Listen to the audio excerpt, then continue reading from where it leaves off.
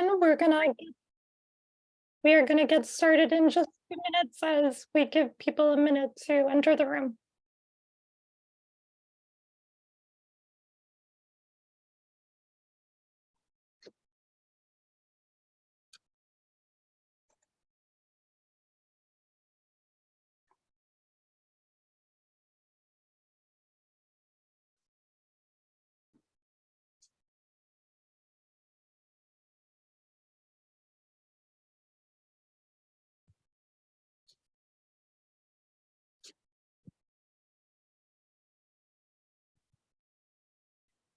All right, good evening, everybody. My name is Laura Brelsford. I am the Assistant General Manager for System-Wide Accessibility at the MBTA.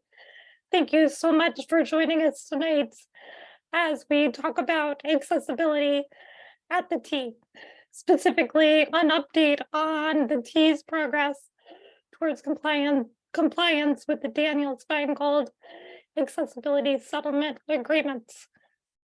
We have a jam-packed agenda tonight. Before we dive in, I just want to talk through a few logistics with you all. Next slide. So just for anyone who hasn't been to an MBTA meeting recently, as a reminder that all MBTA activities, including meetings, are free of discrimination. The T complies with all federal and state civil rights requirements preventing discrimination on the basis of race, color, national origin, limited English proficiency, disability, as well as additional protected characteristics. We welcome the diversity from across our entire service area. If you have any questions or concerns, please visit mbta.com, title VI, to reach the Office of Diversity and Civil Rights. We are very grateful that our meeting this evening will be interpreted tonight by Denise Martinez and James Wiggins. Next slide. We also have Denise Garcia on hand, who will be providing card captioning. By default, subtitles should be appearing on the bottom of your screen. If you'd prefer to view more of a transcript than subtitles, or if you are calling in on the phone, you can visit the link found in the Zoom instructions on the event page, on the event page of our MBTA website. This will open a tab in your web browser where you can view all of the captions in a transcript format. Periodically, we will post reminders on these tips in the chat. Before we begin the Q&A of the meeting, I will go over how to ask questions and answers. With respect to language accessibility, we are joined by Enrica Edmonde tonight, who will be providing Spanish interpretation. In your meeting controls, you can click the interpretation icon, the small globe at the bottom of your screen, and click the language that you would like to hear, in this case, Spanish. Enrica, can you please introduce yourself and provide the guidance in Spanish? Thank you. Hola, buenas tardes. Mi nombre es Enrica. Voy a interpretar esta tarde. Para poder escuchar en español, pueden ir abajo en la pantalla y pueden escoger el audio o en inglés o en español. Tienen que impulsar el botón de interpretación en forma de un globo. Van a ver interpretation. Y allí hay una imagen de un mundo. Este es el globo. Después de seleccionar la interpretación, debe escoger el idioma que prefiere. español o inglés. Y si después, en la sesión donde tenemos preguntas, si tienen alguna pregunta, pueden ir al pie de la página también donde dice Reactions y escoger la mano para levantar la mano y pueden hacer la pregunta en español. Muchas gracias. Thank you, Enrica. All right, we also have dedicated tech support staff on hand.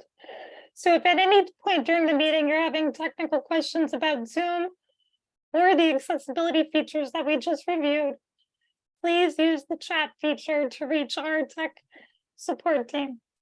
They'll be happy to assist you. Next slide. All right, so as I mentioned, we have a lot on our agenda this evening. I'll start by introducing our general manager, Steve Poftak, and then who will be followed by Judge King, who will provide an overview of the status of the settlement agreement. I will then introduce 5 separate presentations of each focused on a different key accessibility initiative underway here at the T. We're then going to have an opportunity to hear from one of the RTAG co-chairs, and that will be followed by a statement from the Daniels-Finegold lead plaintiff, Joanne Daniels-Finegold. And then we will have a good chunk of time at the end of, towards the end of the meeting to hear from anyone here to answer questions and take feedback. All right. With that, I have the pleasure of introducing Steve Poftak, our general manager. For those who may not have heard, just recently, Steve announced that he will be stepping down from his role as GM shortly after the new year. Steve has served in this role since very early in 2019, nearly 4 years ago. And for those who are familiar, intimately familiar with the T, this is a near record in terms of tenure in the role. And Steve's steady and consistent leadership is something that we have not taken for granted, particularly in the midst of the COVID breakout, which upended so many of our lives, both at home and at work. But in the specific context of advancing accessibility, I've been particularly grateful. Since our very first meeting, Steve has never questioned the importance of our work or failed to recognize that people with disabilities are important members of our ridership, just like everyone else who deserves safe and accessible service. And from supporting the continued existence of the premium service area on the ride, or securing significant funding for major projects like the Wollaston Station upgrade or the upcoming elevators at Downtown Crossing, he has used his position in leadership to get us closer to our goal of being a 100% accessible system. So on behalf of my team and system-wide accessibility, just want to say thank you, Steve. And with that, I'll turn it over to you. Thank you, Laura, and thank you for that generous assessment of my time as general manager. And I just want to return the compliment. Working with you and your team and the broader community has been really one of the high points for me in this experience. So thank you.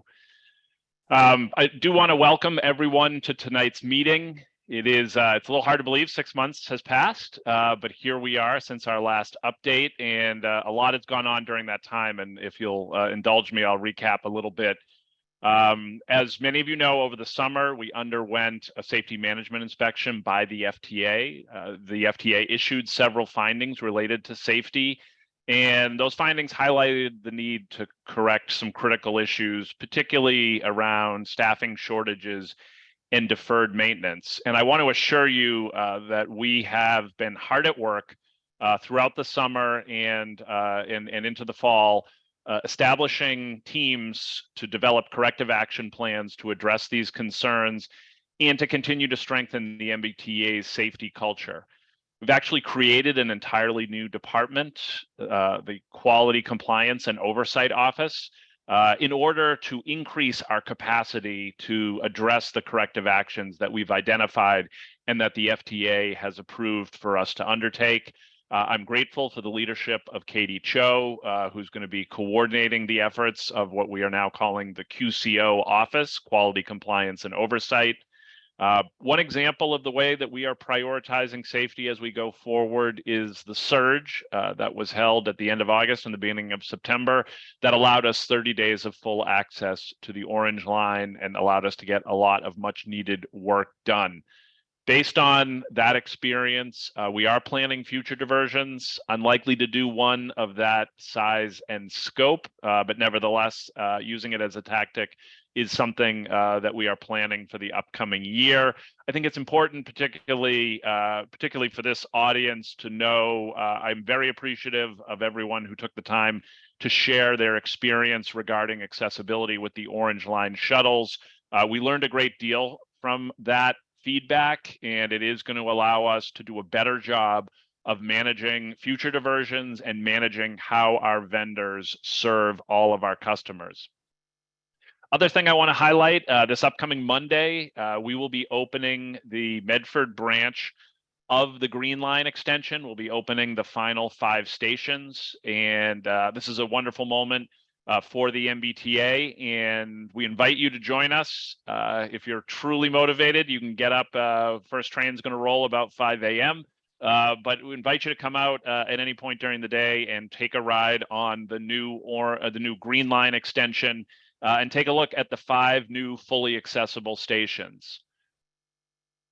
Switching gears a little bit, as Laura mentioned, I will be stepping down from my role as general manager on January 3rd.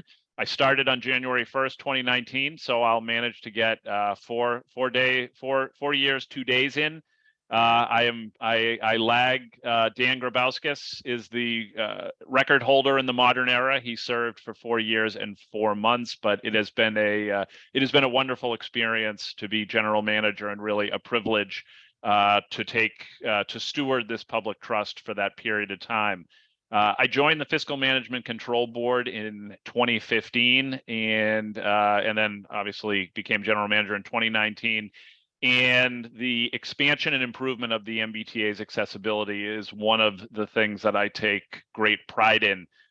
We were able to fully renovate a number of inaccessible stations during that period of time from 2015 on, with the opening of Government Center in 2016, Wollaston in 2019. Amory and Babcock stations in 2021, as well as the Chelsea commuter rail station in 2021, and then Brookline Hills in this year. We've been able to secure funding to construct a fully accessible connection between the red and orange lines at Downtown Crossing. And I know I will continue to monitor the construction of those elevators, and I know they're extraordinarily important to our customers. We've fully refreshed the training for bus operators and subway motor persons so that we can provide best-in-class accessible service, and we've done that in cooperation with our riders and the feedback that you provided to us. We've opened up our brand new mobility center, which we're going to cover in more detail later on, where we can provide folks with information, resources, and training on accessible transit options. However, as much pride as I take in some of those accomplishments, there's still much to do. And that is the nature of this work. And that's the reason we have these meetings, is to hold ourselves accountable. So we will continue to work at this until the MBTA is 100% accessible. Currently, we have 26 inaccessible stations in design or construction for complete accessibility upgrades, and that includes Symphony Station. We have 50 new elevators in the design stage. Our board of directors recently awarded a contract of $810 million for the next generation of Green Line vehicles, which will be 100% low floor accessible and allow level boarding throughout the Green Line. The board also approved an extension of the Transit Ambassador Program, which will allow us to increase the number of staff and put them at more stations, which I know has been an important initiative that has broad support with this audience. And I have great confidence in the MBTA's ability to push forward on accessibility, and that's really because we have a wonderful team here and we have wonderful support from the community. As all of you know, undoubtedly, who are on this, system-wide accessibility has just done an incredible job leading on this for the MBTA and charting a course to a fully accessible future. They have also been able to build a community within the MBTA, and virtually every department is on this call tonight and represented, and build that community within the MBTA where we are committed to providing accessible service to our customers, and that certainly won't stop. So I want to offer my thanks and appreciation to all MBTA employees for the work that they are doing to promote accessibility. I also want to thank our riders, including the plaintiffs, the members of RTAG, and the broader community. We surely would not be where we are today without you, and your ongoing dedication and engagement holds us accountable and continues to drive us forward. I do want to conclude with a special acknowledgement and thank you to those involved from the beginning of the Daniels-Finegold suit, specifically Joanne Daniels-Finegold, Nick Cepeda, Tom Gilbert, Reggie Clark, and Andy Foreman. Want to also include some additional names here. Chris Hart, who is now part of the system-wide accessibility team. My literal and figurative dance partner at times, Bill Henning, and his whole team at BCIL. Also the folks from Greater Boston Legal Services, Tara Doucette and Dan Manning. And I also want to thank Judge King for his steady guidance and support that has really meant so much in advancing this. It's really an incredible testament to all of you who are joining here tonight and all of you who are active with this, that you continue to be engaged in this work and so consistent in your support more than 2 decades later. We certainly have much to be proud about. We certainly have much work that we need to continue to do. I look forward to hearing the various presentations tonight and also the discussion afterwards. So again, thank you for the opportunity to serve over the last 4 years, and I look forward, whatever I end up doing next, you will have a supporter for 100% accessible T, and I'll continue to work towards that goal. Thank you.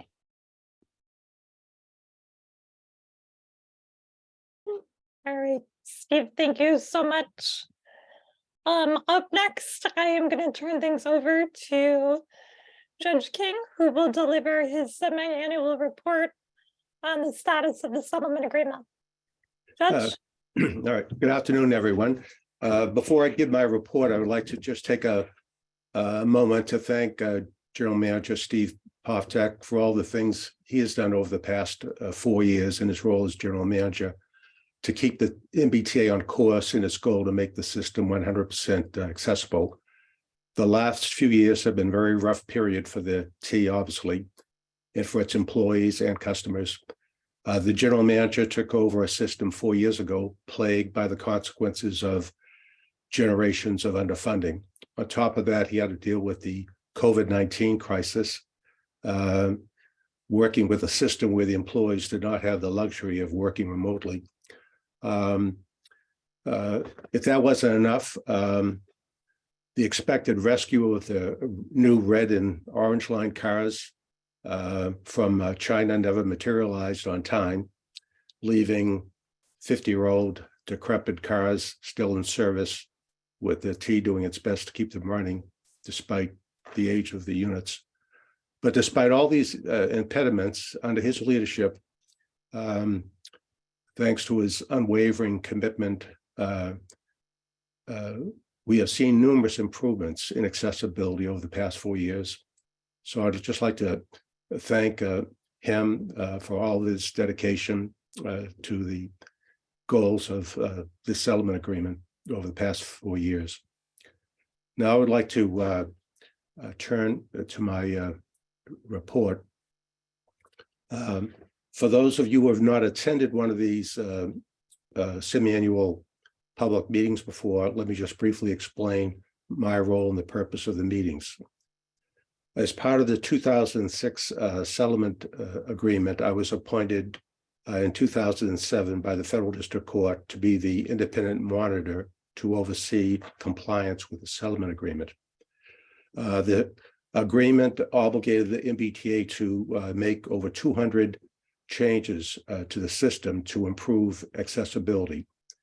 In December of 2018, the plaintiffs and the T signed an amended settlement agreement that listed 46 items that remain to be completed under the original agreement. The amended settlement agreement sets forth a timetable for completing the remaining terms, as well as certain additional accessibility commitments that the T agreed to that were not part of the original settlement agreement.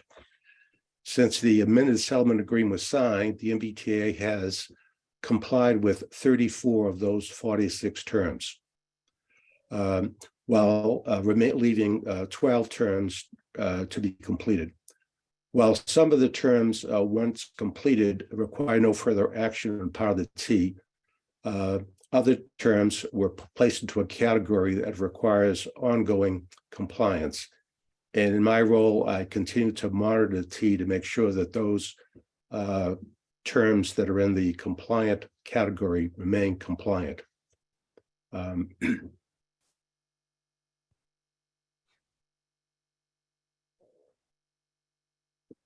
expect that there's a good chance that by the end of next year, most of the remaining terms will be in the compliant category. One term that will take longer has to do with the new elevators downtown crossing that Mr. Poftak mentioned. That's an extremely complex project. Funding is available. It's expected that the contracts will be bid next year, and it'll probably take 2 to 3 years for the actual construction to be completed. I realize that some of the folks attending today's meetings are ride users who've had problems with a ride. This meeting will not address those concerns because the amended settlement agreement does not include the ride. So if you do have concerns about the ride, you should bring those to the attention of system-wide accessibility separate from today's meeting. Now, I would like to cover a few areas briefly today because I realize we have a full agenda. I'll briefly discuss the internal monitoring program, the alternative transportation, elevators and escalators, the customer service assistance requirement in the call center. With regard to the monitoring program, as you know, because of COVID, the monitoring program was sharply curtailed. Fortunately, under the leadership of Glenda Campbell, who took responsibility for the program last January, the program is now up and running. I'm not going to go into much detail about the monitoring program because Ms. Campbell will be addressing you during the program later on. I would say that the program of the reports I have received show a high degree of compliance. However, it's understood that 100% compliance does not mean that everything is perfect. When I hear from the plaintiffs, as I did earlier this week, I realize that the system is not perfect and that in a system with thousands of employees and aged equipment, it is not unusual for the employees to not always meet their obligations. However, the key to the success of the settlement agreement is that the MBTA has a method in place to keep track of complaints and to follow up with those complaints and to take appropriate action, including discipline, where MBTA employees have found not to be living up to their obligations.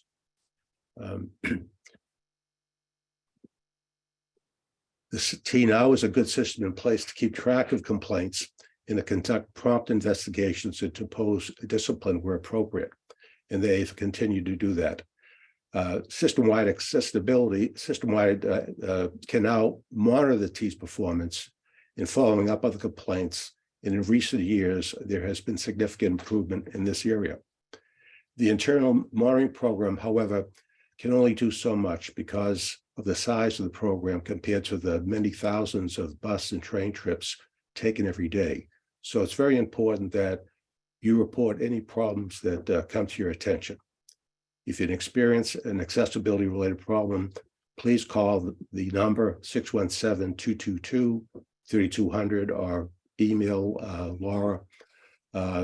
When you do that, be sure to provide sufficient information so that T can follow up on the complaints by identifying the employee in question.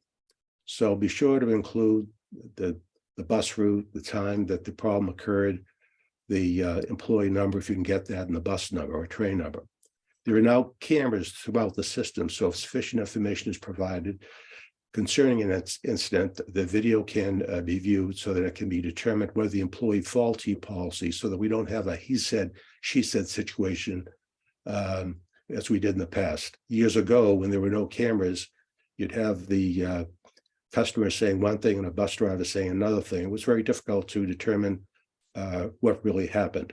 However, now with cameras all over the place, if sufficient information is provided, it's very easy to track down the video and to find out exactly what happened.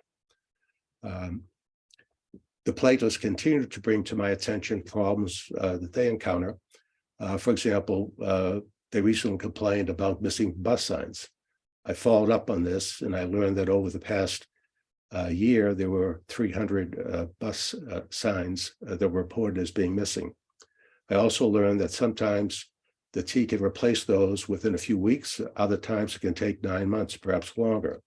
So I've asked System-wide Accessibility to do a deep dive into this area to find out what's going on and what can be done to improve the turnaround time for the replacement of these bus signs. Obviously, if there's no bus sign, it creates a problem for the passenger as well for the bus driver. Let me now turn briefly to alternative transportation. So under terms 73 and 77 of the amended settlement agreement, the T is required to provide alternative transportation services consistent with the requirements of the ADA for persons with disabilities. With all the construction taking place at facilities and their Orange Line shutdown, there's been a tremendous increase in the need for alternative transportation between stations. Because the T lacks sufficient buses and employees to manage all these diversions, it's necessary for them to rely on private bus companies. While the T has done an excellent job in organizing alternative transportation when needed and providing vendors with excellent curriculum for ADA training, the private vendors have not all been doing a satisfactory job in training drivers and assuring their compliance with the ADA. Plaintiffs consistently complain about problems, everything from the lack of stop announcements, failure to pull the curb, failure to properly secure wheeled mobility devices, inability to use lifts, and refusing to allow passengers using walkers and rollators to use the bus lifts. Although the number of observations of private bus drivers have been quite small due to COVID, indeed, there were only 8 observations made during the second quarter of 2022. The evidence still indicates that some of the drivers employed by private vendors are still not doing a satisfactory job in complying with the ADA. By the next public meeting in June, I will have much more information from the monitoring observations. In the meantime, as the information comes in, I will be conferring with SWA to address any problems that I identified.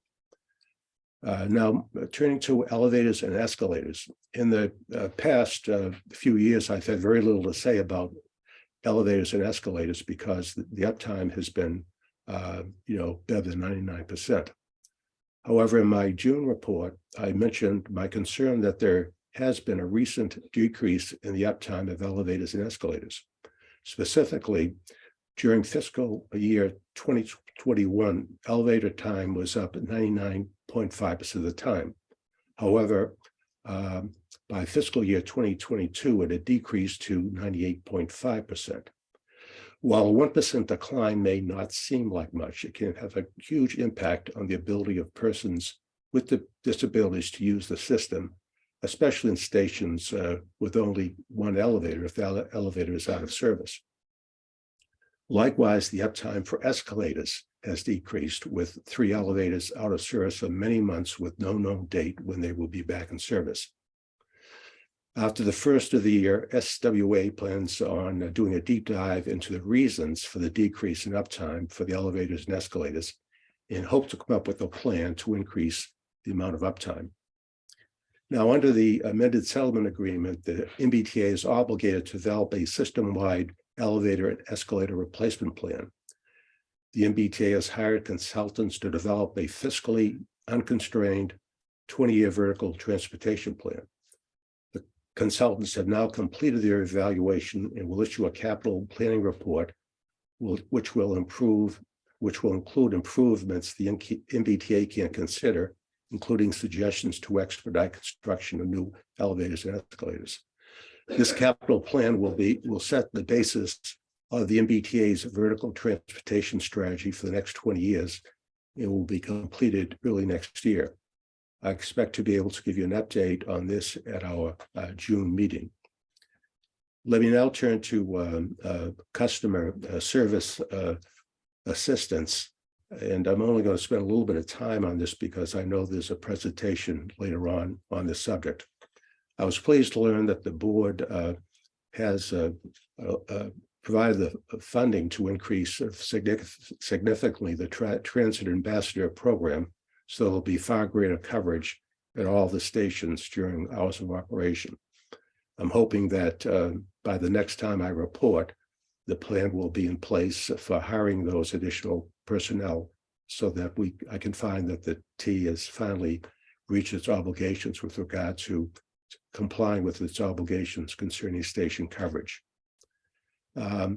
Finally, let me refer to the call center.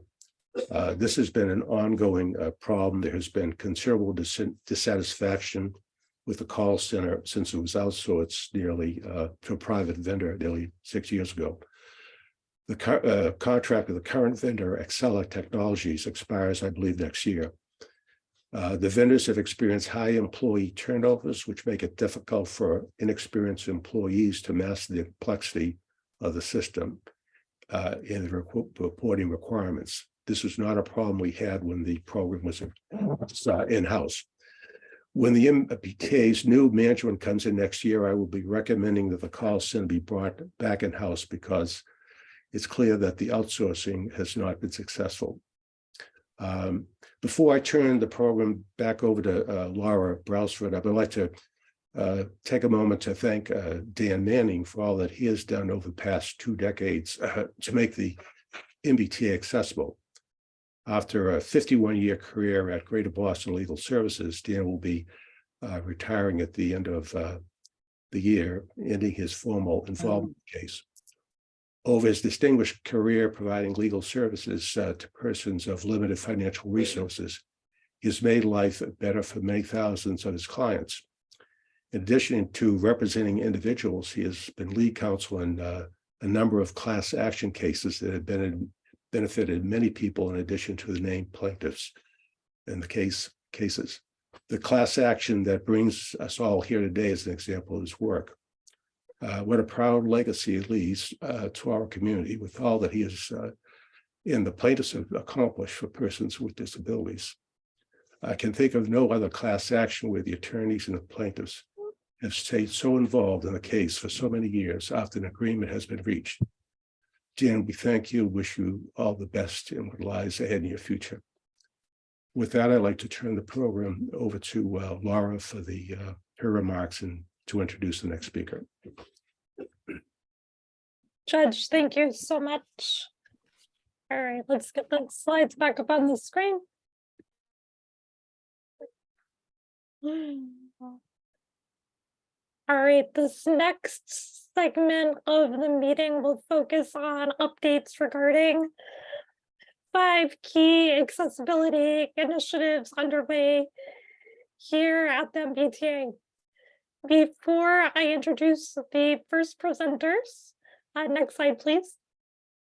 I just quickly want to remind everyone that at any point, if you would like to learn more about accessibility at the T and see our latest updates, you can visit mbta.com/accessibility. As the judge briefly mentioned, we recently finalized our latest semi-annual report on all of the different initiatives happening system-wide. You can find that either by going to our webpage or going directly to mbta.com/accessibility, mbta.com/SWA-initiatives.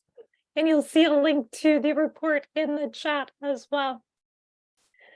If at any point you are on the system and you run into an issue that just doesn't feel right, or you receive service that is inadequate, we want to know about it.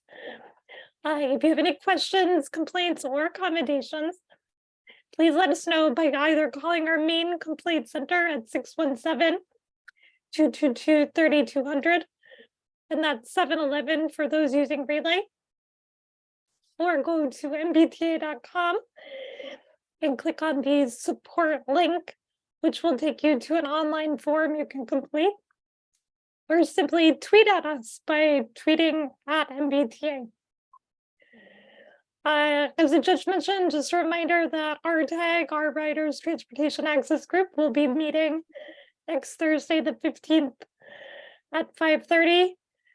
And for those who like to plan ahead, the next Judge King update on the settlement agreement will be happening on June 7th in the afternoon. All right, and with that, I am pleased to introduce Rob Sampson and Noemi Grisman, who will be providing an update on our plans to scale up in-station staffing. Rob and Noemi? Thanks, Laura. Good evening, everyone.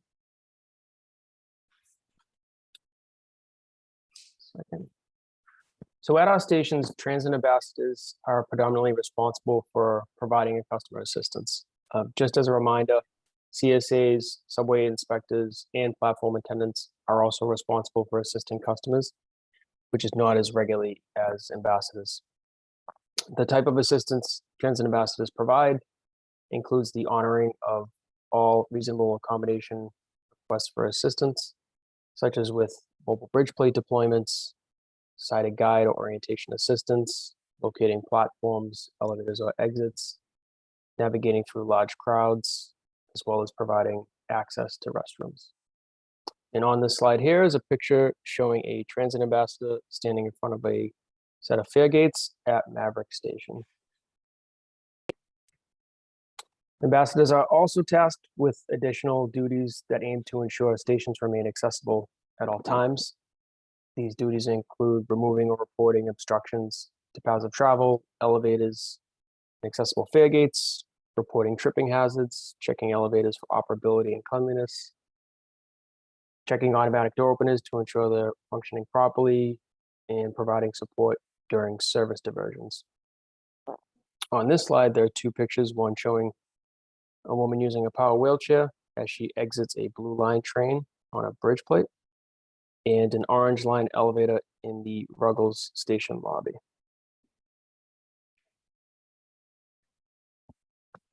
In 2021, SWA, in cooperation with Customer Experience and Operations, implemented a standard for in-station staffing coverage. Excuse me, I skipped ahead. Which established a minimum level of coverage that is required to ensure in-station staffing is adequate and assistance can be provided to customers in a timely manner. Prior to 2021, although a large number of ambassadors and CSAs were assigned to stations system-wide, we didn't have a definitive idea of what constituted an adequate amount of staffing coverage, nor did we have any staffing goals or a logical process for increasing staff levels. So we went about developing a standard by conducting a system-wide assessment of all potential staffing locations and identified the locations where staffing is most needed. At the time, 92 locations were identified. That number has since increased to 98 with the addition of 6 new GLX stations. We then assigned priority levels to each location using a set of criteria that's predictive of customer service needs. For example, ridership, high ridership, elevated cleanliness issues, platform gaps, and a number of other factors. The priority levels include Tier 1, which is higher priority, Tier 2, which is medium priority, and then Tier 3, which is our lower priority locations. And then lastly, we identified the critical hours of coverage, which is nearly all hours of revenue service. And through that process, we established our in-station staffing coverage standard, which is full coverage at all Tier 1 and Tier 2 locations, which is a total of 68 locations, and partial coverage at select Tier 3 locations, of which there are 30. This standard is designed to ensure all higher priority stations are covered during all core service hours, which is what we define as full coverage. And that means coverage Monday through Saturday, 6 a.m. to 12 a.m., and Sunday, 7 a.m. to 12 a.m. And just to be clear, the standard does not guarantee staffing coverage at all 98 locations and during all hours of service. And I'll close by mentioning that in July of 2021, as we were about to begin increasing coverage in accordance with the standard, it was presented to the plaintiffs and the RTAG executive board, and I'm happy to say it was well received and the feedback was positive for the most part. And at this point, I'm going to turn it over to Noemi. Thanks, Rob. Good evening, everyone. Noemi Chrisman. It is my pleasure to be here with you today and continue on serving you.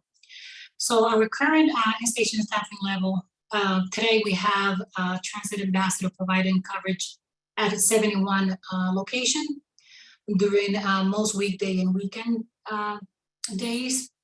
Our CSA solely are responsible for staffing 7 additional locations, and most locations are covered from 6 a.m. to 12 a.m. We have 2 shifts, which is 6 to 3 and 3 to midnight. Our staffing is typically located by the fair area, which is in our station entryway. On this picture to your right, we have a transit ambassador fair area who is wearing her face mask and is fully in uniform. Next slide, please.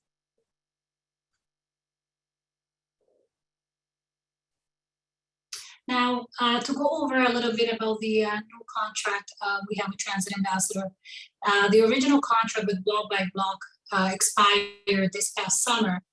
And on September 29, the MBTA Board of Directors approved a 5-year contract with 3-year, 1 option with Block by Block's parent company, which is MIDA Services, for $102 million.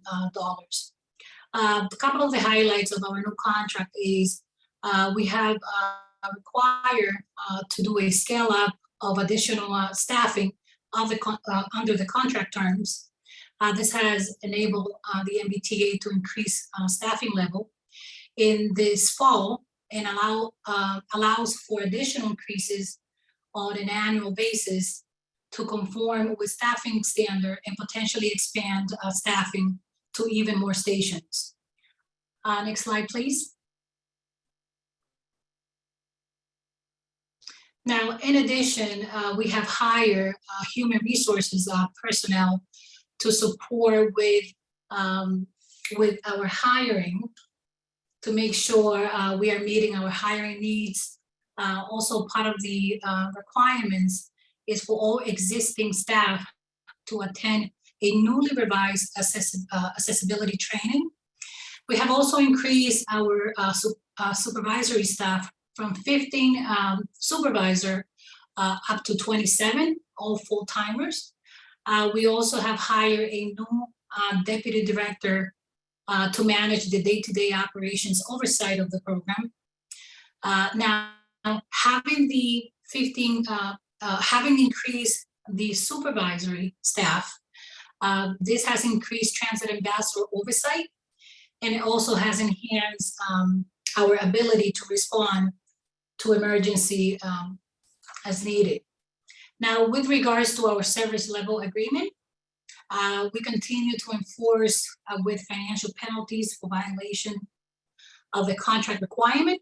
And this includes, and is not limited to, failure to honor a reasonable request for assistance made by a customer, or failure to investigate and resolve an accessibility complaint on time. And this is just to name two. Next slide, please. Now, despite the recent increase through the new contract, the significant amount of coverage overall, additional coverage is required for us, the MBTA, to reach minimum level for us to reach minimum level required in staffing standard. Now, to address key gaps in coverage with the staffing standard, the MBTA plans to do the following. We will be reallocating Tier 3 locations coverage to Tier 1 and Tier 2 locations in the winter of 2023. Now, moderately increase staffing to fill remaining gaps in Tier 2 location in the winter and spring of 2023. And also beginning in the fall of 2023, increase staffing to fill remaining gaps to Tier 3 location. Now, we will need to build an extra budget for FY24 and beyond to fund additional staffing needs, which will be created by CSA retirement. Thank you, and that's all I have. And now I would like to pass it on to our AGM, Laura Bradford. Thank you. All right, Noemi and Rob, thanks so much, and special thanks for all the amount of work that went into helping to make that contract get passed. All right, next up, I am excited to introduce Annika Laszlo and Elizabeth Weisner to talk to you about a brand new concept that's come to life just within the last few months here at the T. That is the Mobility Center. Annika and Elizabeth. Thank you, Laura. Good afternoon. My name is Annika Laszlo. I work at the System-Wide Accessibility Department, and my colleague Elizabeth and I are very happy tonight to introduce you to the T's new service and training hub we know as the Mobility Center. And the center opened its doors for business on July 1st of this year. As many of you may know, System-Wide Accessibility and the Office of Transportation Access, also known as the RIDE, historically offered customer-facing services. The RIDE office oversaw the contractor that provided paratransit eligibility determination for individuals and with disabilities, and we at System-Wide Accessibility oversaw the contractor that provided travel training services for older adults and individuals with disabilities. Well, within this previous structure, our departments did share information with each other periodically, but still offered distinct services to a mostly overlapping audience. So this lack of coordination, because communication does not equate coordination, led to operational inefficiencies at times, and we also knew that a new structure was actually needed to respond to internal and external challenges. So some of those challenges that we really could identify early on was public awareness. I should say lack of awareness, because on one hand, the broader Greater Boston area is not really familiar with what accessibility of the T is or are, or whether there are any other mobility options offered by cities and towns to individuals with disabilities and older adults. This lack of awareness led to the ride to become the default choice of public transportation for so many people. So those customers who chose the ride and came to disability determination, many did not really understand what ride services were all about and why they may have needed them. A quote that we heard most often sounded like this: well, my doctor told me I needed this, but what am I applying for anyway? So last but not least, on the travel training front, system-wide accessibility offered these training services to teach people how accessible the T services are and how to ride. But due to budgetary constraints for many years, we only had one or maximum of 2 travel trainers at all times. And that led to long wait for travel training services. Next slide, please. So last year, we asked ourselves what we needed to do to actually improve customer awareness and experience. And we knew that we needed to become a co-located, integrated service and training center that seamlessly shared information across populations about the fixed route, about paratransit services, or any other community transportation resources offered by cities and towns that augment these services. We also knew that we needed to highlight more our accessibility improvements made to the fixed route in recent years and decades. And you may know all of those. We are talking about fully renovated stations, redundant elevators at many stations. We have a full fleet of low floor and ramp-equipped buses, automated audiovisual announcements, priority seating, and many more.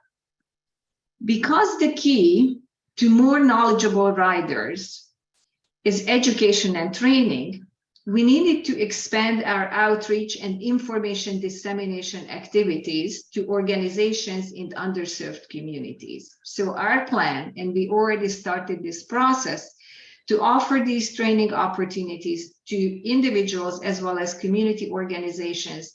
Those are the new ones on our radar screen: are libraries, healthcare facilities, colleges, disability commissions, advocacy, and religious organizations.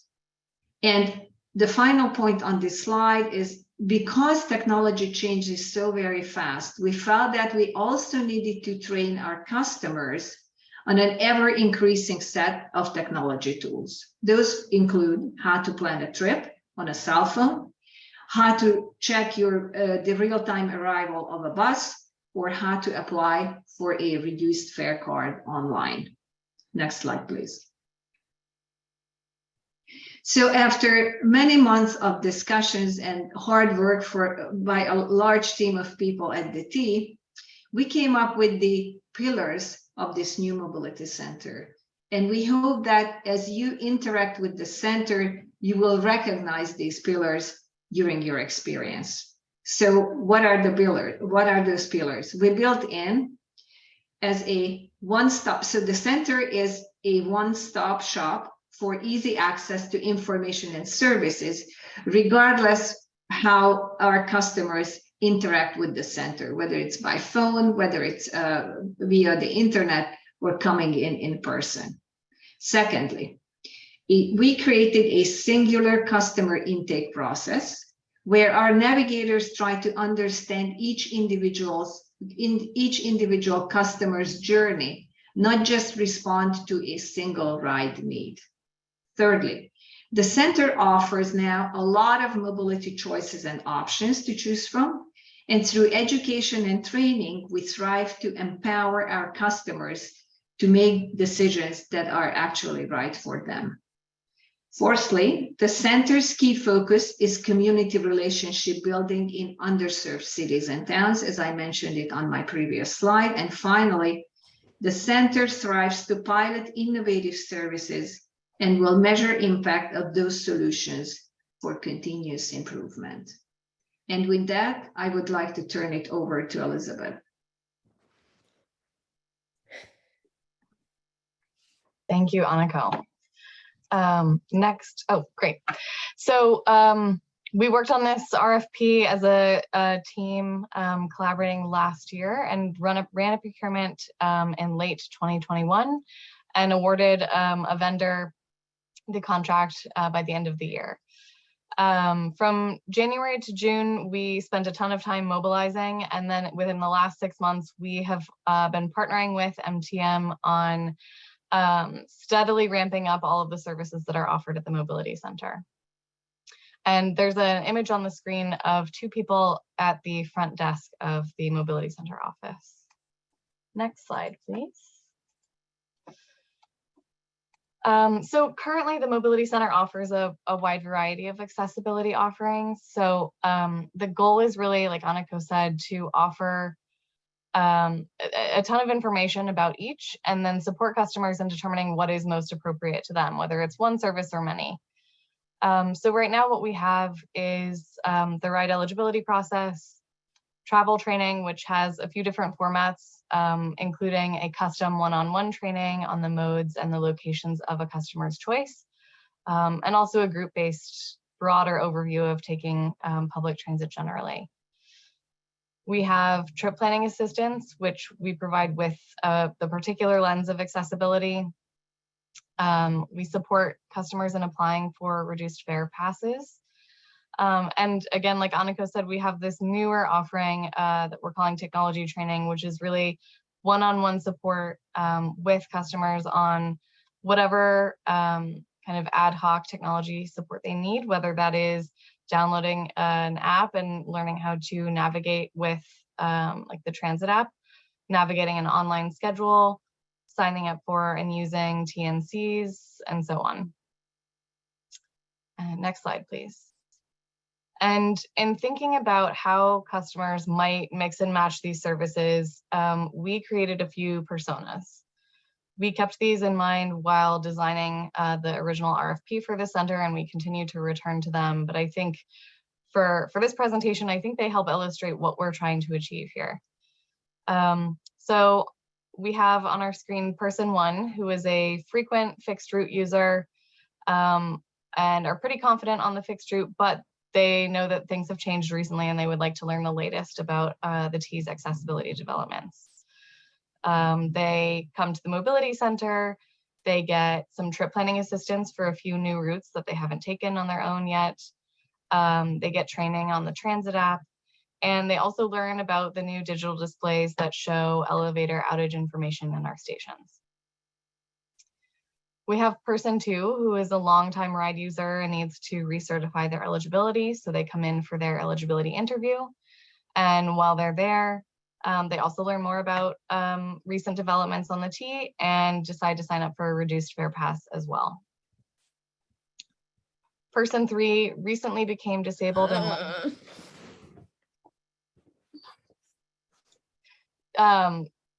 sorry, let me back up. Person 3 recently became disabled and learned about the ride from a doctor, which is a common mode of entry for the ride, as Aniko noted.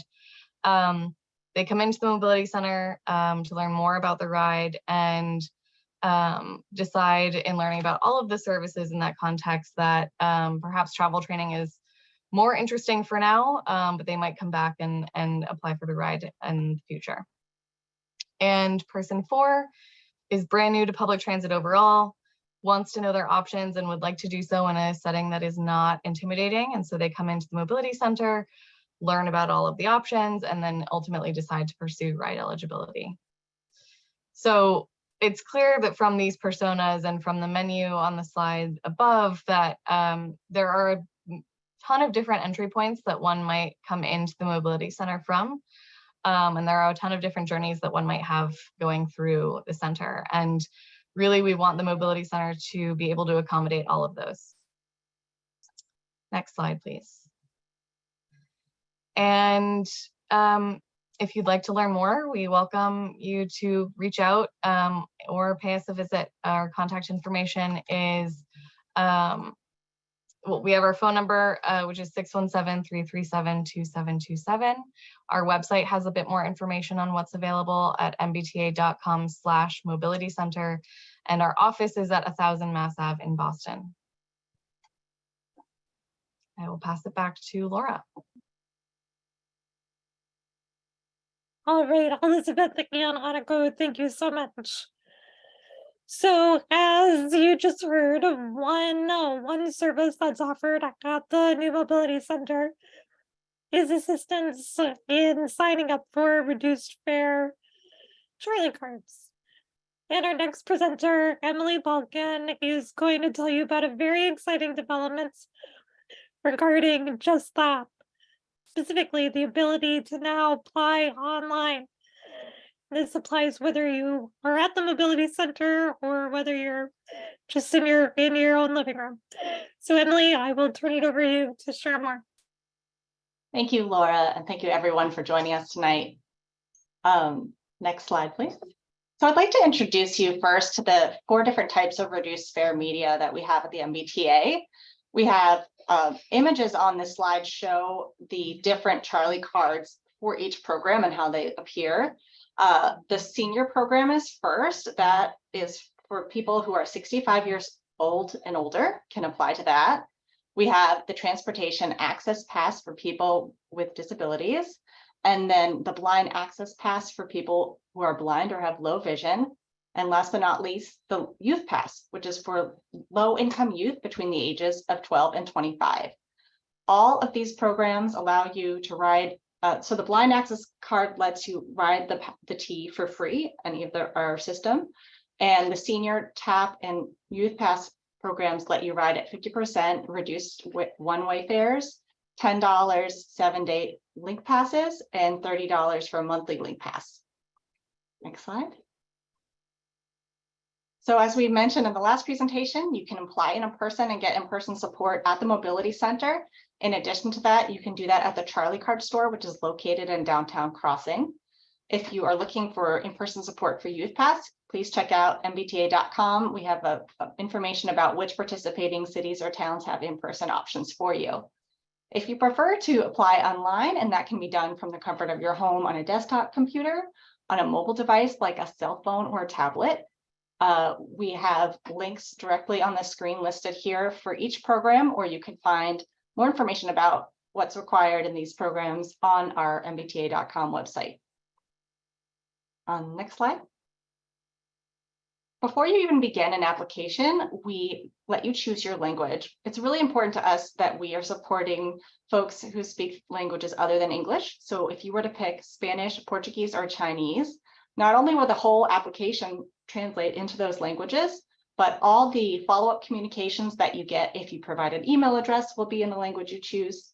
The packing slip, if your card is mailed to you, or if you come pick it up at one of our partner locations, will be in your selected language.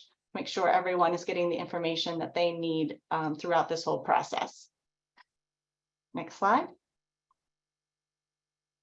And if you're applying for the first time, we start the application with a set of instructions to let you know what types of documentation you'll need to provide in order to prove your eligibility during this process. We can use this form for new applications. So if it's the first time ever applying for a pass, renewing a pass if your pass has expired, or if you lost your card or it's damaged or broken and you need to replace it, all of these things can be done with these online forms. And I've included just pictures on the screen that show what the form itself looks like. You would radio buttons where you could select which option of what you'd like to do. On the next slide. We do ask for some personal information to identify who you are and your eligibility. That includes your date of birth, and we give you real-time feedback right within the application. If you're not eligible, for example, for the senior pass because you're too young, we'll tell you that. And so the picture I have on the screen just has an example of what that error message would look like to let you know if you're eligible or not right away, to save you time and not complete it if you're too young. Next slide.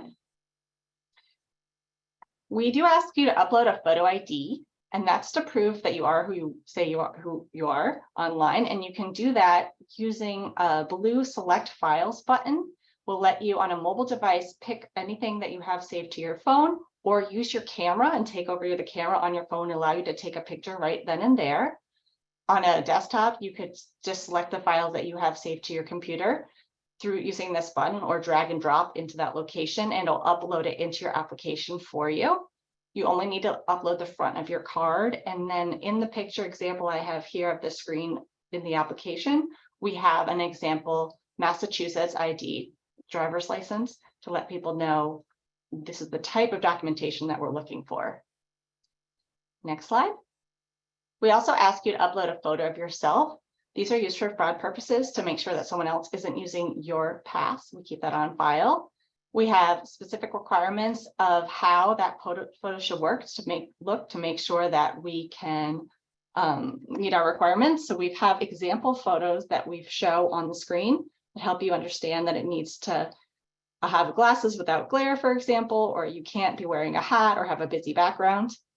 So the same process applies here. You can use your camera or a picture you have on file and upload it into the application here. If you're applying for the Blind Access Pass, we do ask for proof of blindness. If you have an MCB ID, that counts for both your proof of blindness and your photo ID, so you can just upload that. And if you don't have an MCB ID, we let you upload a MCB certificate of blindness or any out-of-state blindness certification using the same form, and then it'll ask you also to upload a photo ID in addition. And if you're applying for the TAP program, there's many options that we'll accept for proof of disability. I won't name them all here, but there's a long list on our website and in the application form itself, but it includes everything from a disability placard from the Department of Registry of Motor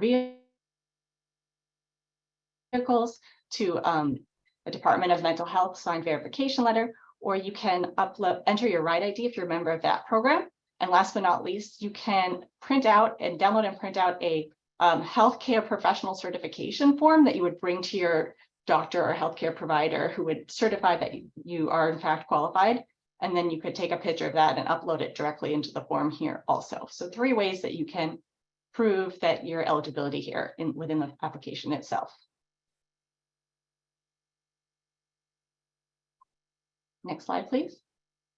And last but not least, you can choose how you want to get your card. You can have it mailed to you to a mailing address that you provide, or you can pick it up at the Charlie Card store. You will, as I mentioned earlier, you will receive email or mail notifications in your preferred language as your application progresses. And we hope that if you don't already have a card, that you come apply in person or use one of our online forms. Thank you very much.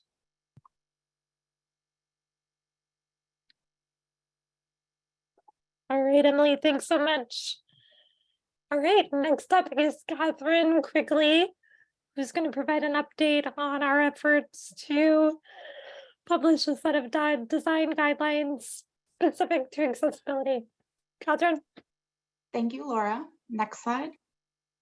So the purpose of the design guidelines for access are to provide clarity and easy to find guidance for expectations, standards, and best practices for inclusive design at the T. And we are looking to be a resource for a variety of users. So it's going to be internal staff, as well as consultants and contractors, and it will be available so municipalities will also have access, as well as riders.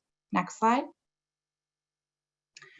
Our goals are really primarily to resolve confusion between rules and regulations. So often we have the ADA and the MAB that may be conflicting, or one is more stringent, and we're looking to provide the guidance on how those should be applied. We want to go beyond just the rules and regulations or the requirements, and also explain why we are asking things to be designed a certain way. And we're also looking to provide guidance on scoping. So often projects start with scoping and they often trigger additional accessibility upgrades that require some guidance. And then we're looking to clarify the roles and responsibilities within the design and construction process, as well as incorporate inclusive design principles into MBTA standards. Next slide. Some of those design principles are equitable use, flexibility in use, simple intuitive use, perceptible information, tolerance for error, low physical effort, and size and space for approach and use. You can see on the screen, I have some icons showing each of those. Next slide. So where are we today? So the overview of development at this point, we have developed content for various elements. We have spent the last year meeting with an internal stakeholder working group for review and comment. We met with members from the Office of the Chief Engineer, Capital Delivery, and Safety, as well as many SWA staff were present. And we have taken that content and outlined frequently asked questions for each topic. And we have concurrently worked to develop graphics for each of those elements. Next slide. So we are organizing the information in frequently asked questions by topic. We're hoping to organize the information to directly address things that we are often asked or things that we are often going over. We are also doing this to complement and be supplemental information to the Office of the Chief Engineer design directives.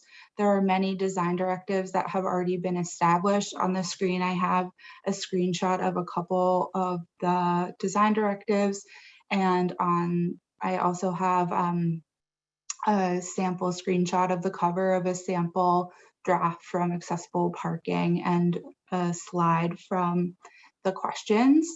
So this format will allow us to change and update the guidelines regularly and very easily. And if we ever want to add one more question to any of the FAQ topics, we would be able to do that and re-upload it to the mbta.com website, similar to how the design directives exist on the website. Next slide. So for example, we have a bunch of different questions for each topic, and I pulled this one out just to quickly go over. This is a sample parking question. Is resurfacing a parking lot considered an alteration that triggers the need to ensure these guidelines are met? Yes, if the lot is resurfaced or reconfigured, accessible spaces must be provided and meet all applicable MBTA standards laid out in this chapter of the design guidelines for accessibility. However, limited maintenance work such as service patching is permissible. Regardless of what work occurs at a particular lot, project teams should ensure compliance with these guidelines, as generally these improvements are considered reasonable barriers that must be removed. Next slide. So this graphic is a sample graphic. It doesn't relate to the question before, but this is figure 6, accessible electrical vehicle parking spaces. In the graphic, it shows the accessible path to travel to accessible parking spaces, the dimensions or width of those, and also the electrical vehicle charging station and the clear space required for that. Next slide. I also pulled out the question sample for benches. Why are armrests and their spacing important? This is a lot of text, but the answer essentially says that armrests are an important feature for many riders. People who have all different types of balance issues or difficulty sitting up and down need the use of the armrests. We also include the provision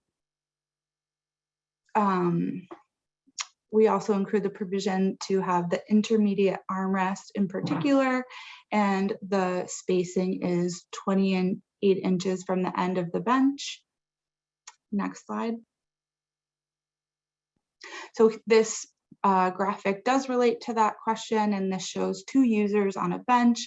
We're including the armrest on the end of the bench, as well as that one intermediate 28 inches from the end. And in the graphic, there's a user using those armrests. Next slide. So what chapters do we have under development? We have a bunch of different topics that we're pursuing at this time: overview and purpose, scoping, accessible paths of travel, temporary paths of travel, parking, seating, curb ramps, protruding objects, entrances and doors, accessible emergency egress, walkways and ramps, as well as platforms. Next slide.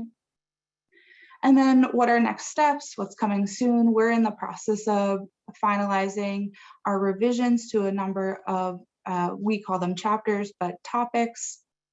And we are looking to post 4 of those in early 2023, and all of the documents that we post will be accessible. I'll turn it back to Laura now. Catherine, thanks so much. That question about armrests on benches is generally one of the most frequently asked questions we receive from a number of users of the T. So excited to have that out there and published. All right, up next, not last but not least in terms of our T presentations, I am thrilled to introduce Glenda Campbell, who is the newest member of System-Wide Accessibility Team and oversees our internal accessibility monitor program. And she is here to fill you in on some updates regarding the program. Glenda? Hey, good evening, everyone. My name is Glenda Campbell. I work in the Department of System-Wide Accessibility as the Senior Program Coordinator of the Internal Access Monitoring Program. And today I wanted to introduce this very special program to you all and provide a couple of updates on some of our work and progress. So the program was created in 2008 as a direct response to the Daniels-Finegold Settlement of 2006. And the program's mission is to internally evaluate the T's accessibility, and through this, drive positive change through leveraging comprehensive data to make accessibility-informed decisions throughout the T.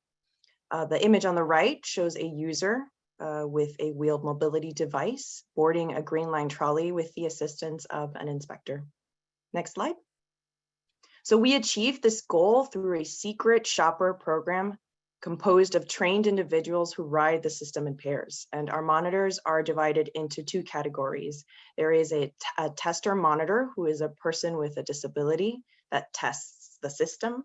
And the second part of the monitoring pairing is the observer monitor, who is an individual that rides the MBTA system with the tester to observe and record data about the journey.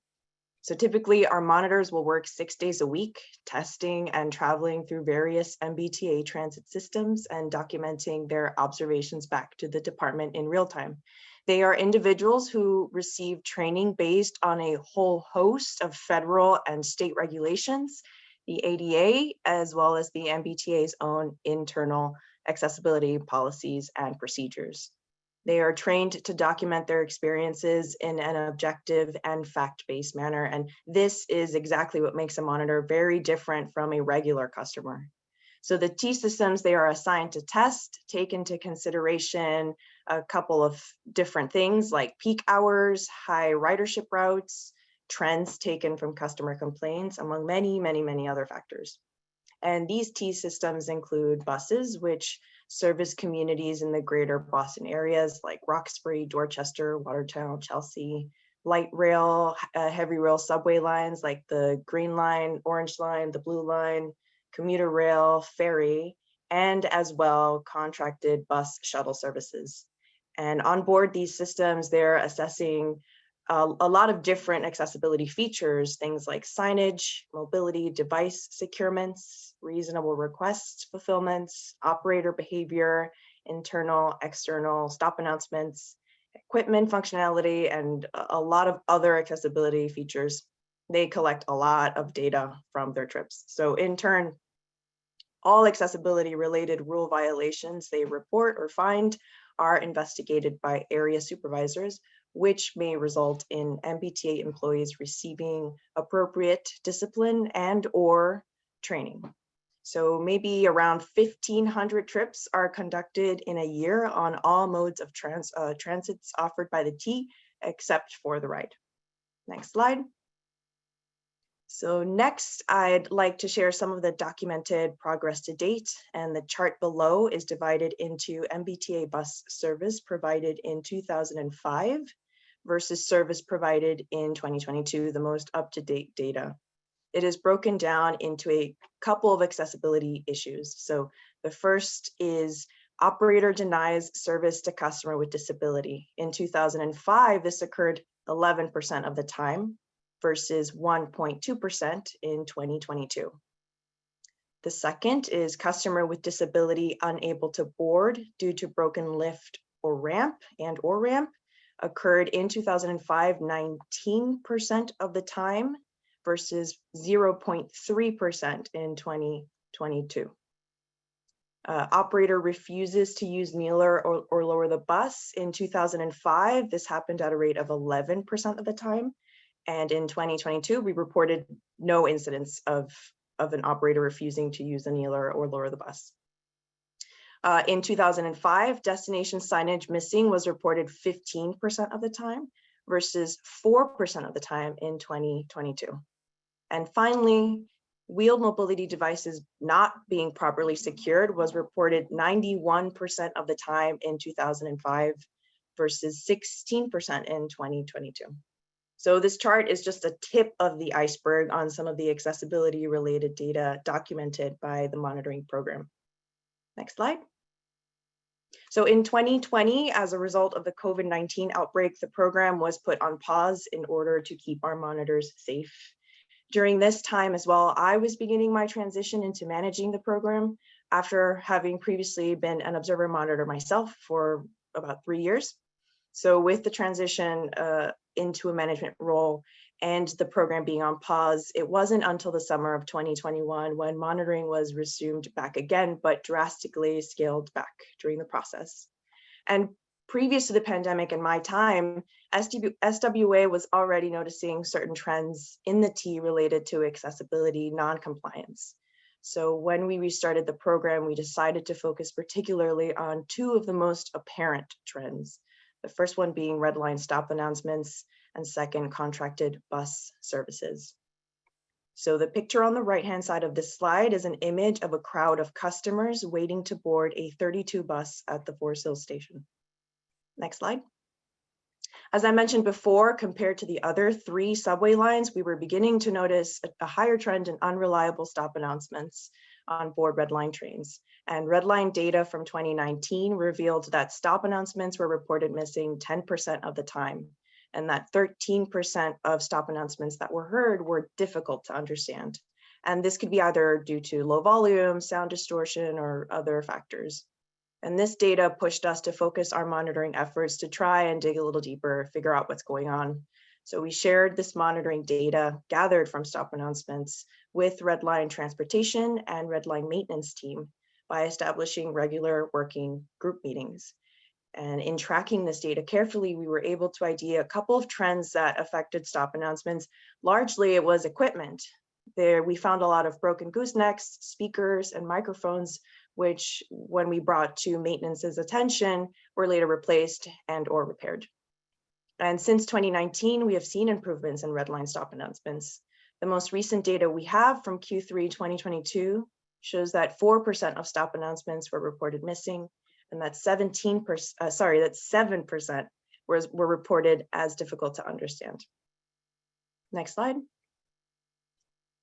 The second focus of our monitoring since its restart in 2021 has been shuttle diversion monitoring. A couple of diversions we have monitored in the past, which maybe if you live in Boston, you've been on these yourself: blue and green line diversions, commuter rail line diversions, and finally the mammoth orange line closure that we just experienced a couple months ago. In Q3 2022, we monitored a total of 84 shuttle trips. When assessing the Orange Line surge, we recognized that there are unique challenges particular to riders with disabilities when using shuttle bus services. So the Orange Line diversion really became a primary focus of our monitoring program. In particular, we looked at customer pain points and we focused on pain points such as lifts and ramps, stop announcements, and reasonable requests. And during this Orange Line surge, 15 penalties were levied against the providers in accessibility non-compliance incidents just for Orange Line service. So through the process, SWA has been given a great insight into areas of successes and areas available for improvements within the services provided by contracted bus services. This, as well as the documented red line stop announcement improvements, is a great example of how the monitoring program can be a powerful tool, as it gives us objective data and helps us hold providers and MBTA departments accountable. Next slide. So next on the horizon is an expansion of the program beginning to monitor the ride. As an ongoing process, we are continuing to provide guidance to all departments on accessibility, compliance, and training, and we are always assessing new ways to leverage the data we are collecting to help make improvements. The internal access monitoring program continues to provide invaluable information and continues to serve as a system of checks and balances, placing the experiences of our customers with disabilities at the forefront of our mission to evaluate our MBTA system in an accessibility informed and objective way. And for myself, having seen the work on both ends in the monitoring program as a monitor myself in the past and now managing the program, it is really truly a humbling experience to work alongside the monitors and the SWA team in making the team more accessible. On the right-hand side, this slide is a picture of a woman using a white cane exiting an MBTA bus. And that concludes my presentation. Thank you so much for your time. I am now handing things over to Laura. Linda, thank you so much. That was fantastic. All right, and with that, we have concluded the segment of MBTA updates and are now going to shift into our rider feedback portion of the evening, starting with statements from the RTAG co-chair and the lead named plaintiffs from the settlement, Joanne. For those who are keeping an eye on the clock, I do want to recognize we are running over. There's been so much content to share this evening, but I can assure you a number of us can stay beyond the 7:30 originally planned cut off until just before 8 o'clock. So if folks do want to stay to ask questions, we will make sure we are available to do that. All right, so without further ado, I'd like to introduce Elizabeth Foster, one of the co-chairs for the Riders Transportation Access Group. Elizabeth?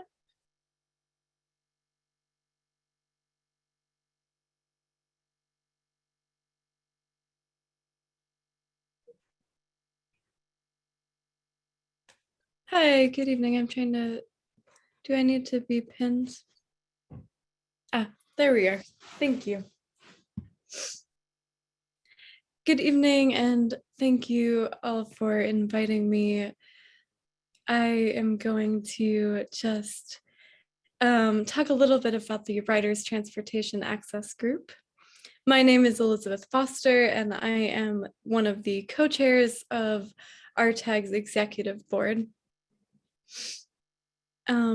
RTAG is an independent consumer-driven group that advises the MBTA on matters that impact seniors and folks with disabilities.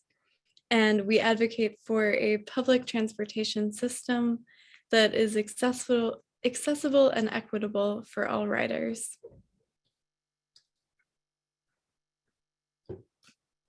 Our advocacy and organizing work is led by our executive board, which consists of individual members Jerry Boyd, Joanne Daniels-Finegold, Elizabeth Dean Clower, Tom Gilbert, and myself. And our organizational representatives are Kathy Paul from Mass Senior Action Council, Diana Hu from Boston Center for Independent Living, Nora Nagel from Bay State Council of the Blind, and Cassandra Xavier from the Disability Policy Consortium. Our executive board and RIDE subcommittee meet regularly with SWA and OTA, and we have been collaborating closely with the plaintiff groups on various aspects of the settlement. RTAG regularly hosts both general membership meetings and listening sessions on specific access issues that are open to the public. Most recently, we hosted a forum on accessibility and the diversions. Meeting information is always available on the MBTA website, and I just want to let y'all know that our next general membership meeting will be on December 15th at 6 p.m. and we hope to see you there. And I will now turn it back over.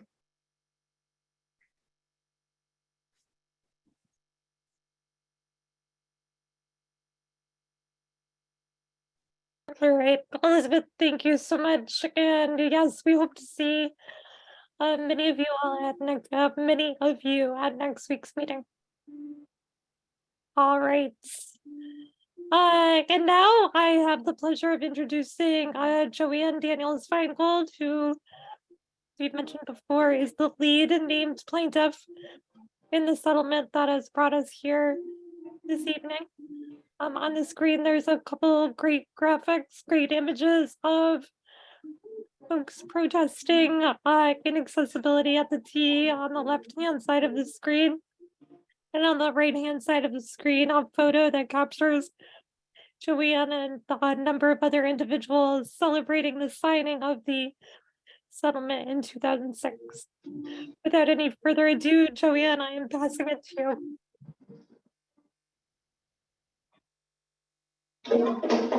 Hi. My name is Joanne Daniels-Finegold, and I'm the first named plaintiff of the class action lawsuit Daniels-Finegold et al. Versus the MBTA. We, the named plaintiffs, have not only lent our name to the lawsuit, but since 2006, we have actively worked with the MBTA in order to meet the terms of the settlement agreement. Over the past 16 years, this collaborative effort has resulted in positive changes in transportation access. The agreement has been amended in recognition of progress made toward completion of the settlement agreement, and today we still work towards completion of the remaining settlement agreement. Since the signing of the original settlement agreement, the quality of accessible service provided by bus operations has increased dramatically. New vehicles, comprehensive trainings, increased monitoring, and discipline guidelines have positively impacted access. In 2019, SWA and the leadership team within bus operations began to work to develop a formal feedback tool that would assess the quality of the accessibility oversight provided by each superintendent. As of 2021, a quarterly scorecard is now in use, providing key information to bus superintendents. Through quarterly meetings that include SWA, bus operations, senior leadership, and all the superintendents, the metrics are used to discuss recent complaints and monitoring data system-wide and by garage, as well as to share best practices across garages. Plaintiffs believe that this is an excellent model to ensure frequent and ongoing communication between SWA and all of bus operations. Along with the quarterly scorecard reviews, these meetings will continue to ensure that bus superintendents are reminded of the importance of providing accessible services, that they're given clear, consistent feedback on their own performance. Plaintiffs commend bus operations for that part in, excuse me, the creation of this formal process for reporting and providing consistent feedback. The plaintiffs are pleased that the Bus Network Redesign Department has responded positively to our suggestions as well as the suggestions of many people who attended virtual public meetings for proposed changes in planned bus stops. We look forward to our continued work with the bus network redesign as bus stops are being moved or changed to ensure the public is always aware of proposed changes and are provided the opportunity for feedback. I'd like to now thank General Manager Steve Poftak, as well as everyone, advocates and team employees, for your contributions to improving access at the T. I'd like to take the time right now to acknowledge and recognize Dan Manning, the litigation director at GBLS and co-counsel of the Daniels-Finegold et al. Versus the MBTA. I will always remember that life-changing moment many years ago when Dan asked me while we were both riding on the Green Line, do you ever have problems riding on the T? At the time, there were only 5 accessible Green Line stations. I laughed hysterically. On behalf of all of us, Miniara Cepeda, Reginald Clark, Dan Larkin, Andrew Foreman, Robert Park, Maureen Cansimi, Rogero Robinson, Jean Smith, Madeline Joan Golden. Thank you. Thank you, Dan, for your legal genius and incredible hard work on this case. Thank you.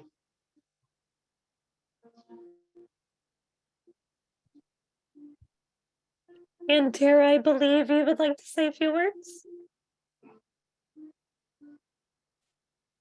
Yes, I'm here. Hello, I'm Tara Maddie Doucette.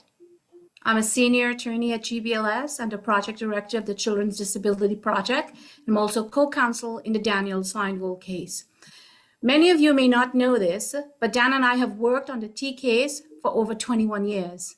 As it was my first class action lawsuit, Dan's expertise was vital to the case and to helping me learn how to navigate the complexities of such a massive lawsuit. Of course, it takes a team, including lawyers, plaintiffs, class members, community organizations, and numerous experts to handle this type of ADA litigation. But I can tell you all that it was truly Dan's leadership that led to the groundbreaking settlement agreement. Maybe as important to me was the sensibility that he brought to this work, his underlying concern for social justice and equity, particularly the fair treatment of MBTA passengers with disabilities, was a tremendous influence on keeping this team moving towards the landmark outcome for the class. Through all of this, I got to know Dan, my boss, a whole lot better. I not only appreciated his mentorship and legal expertise as he guided my work, I also came to value his true friendship. Thank you, Dan, for being a true mentor, a confidant, and friend. We will miss you in this work. Happy retirement. Thank you, Tara. Apologies, I had my yellow sticker up.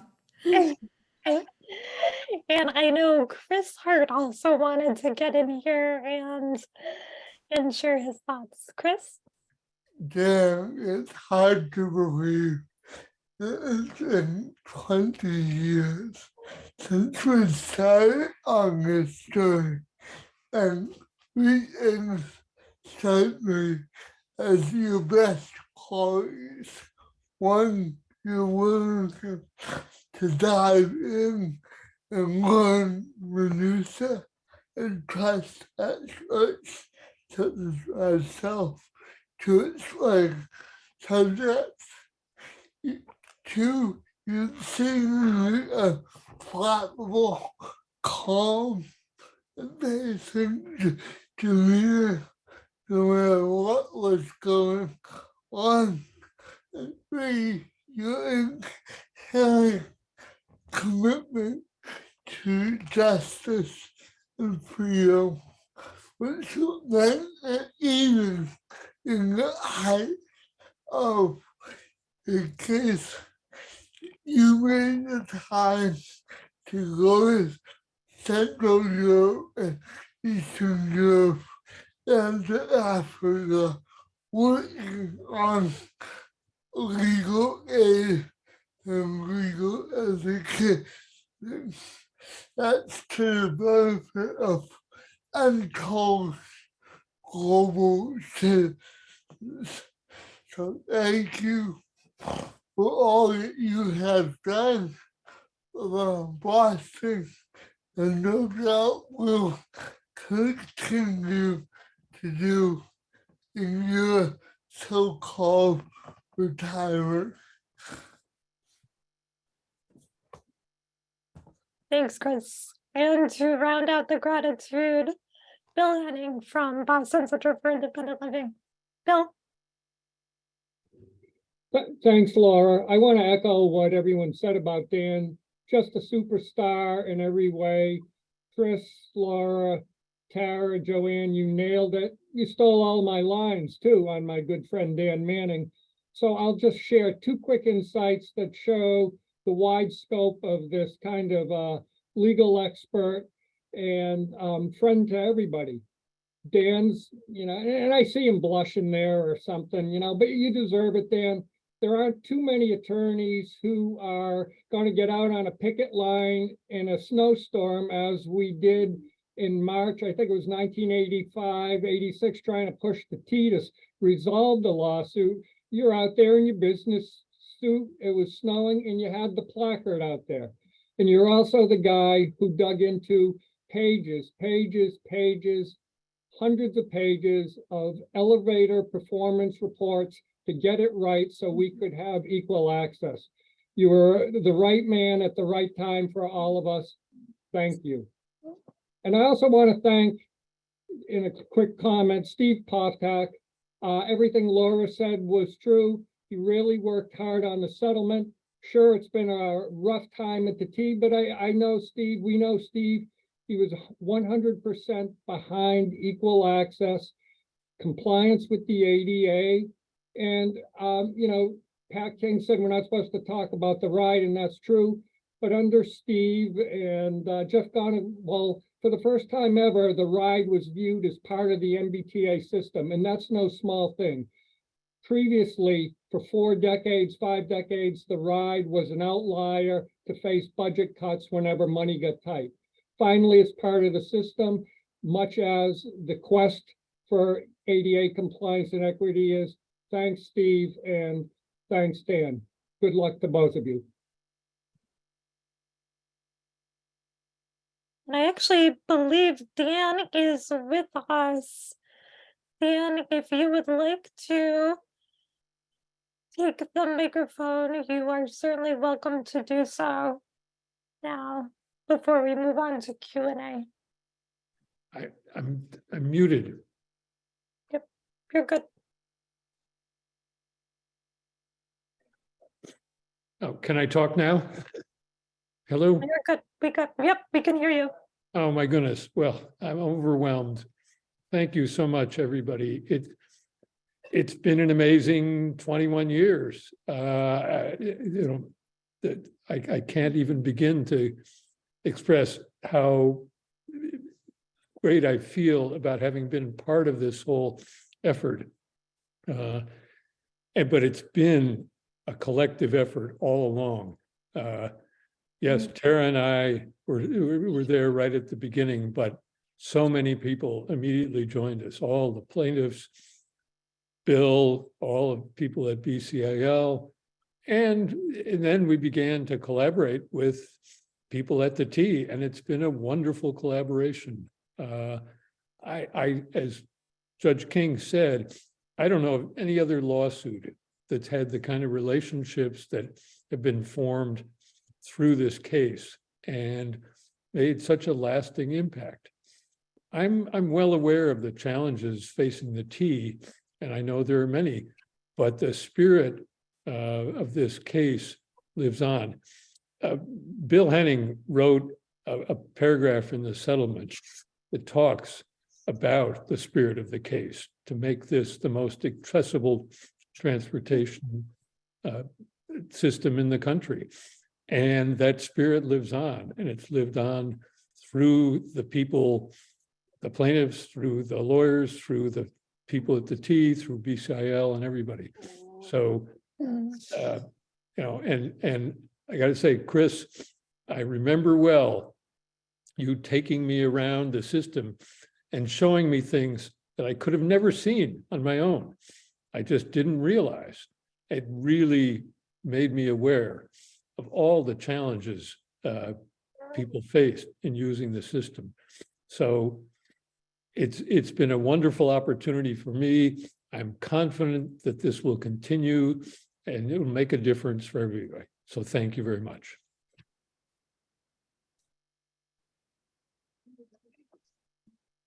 Dan, thank you for that and for everything. All right, so we are now going to move on to the Q&A portion of the evening. Before we get to it, I just want to review a couple of rules and tips for how to participate. So in order to ask a question or make a comment, we are going to need you to raise your virtual hand. And to do this on the computer, you can press Alt-Y or click the raise hand button on the bottom center of your screen. If you're on a mobile device, you can tap the raise hand button on the bottom center of your screen. Or if you are on a phone, you can dial *9. Once you raise your hand, you will be added to a queue with others who have raised their hands. I'm going to ask Catherine Quigley to join me in helping facilitate this portion.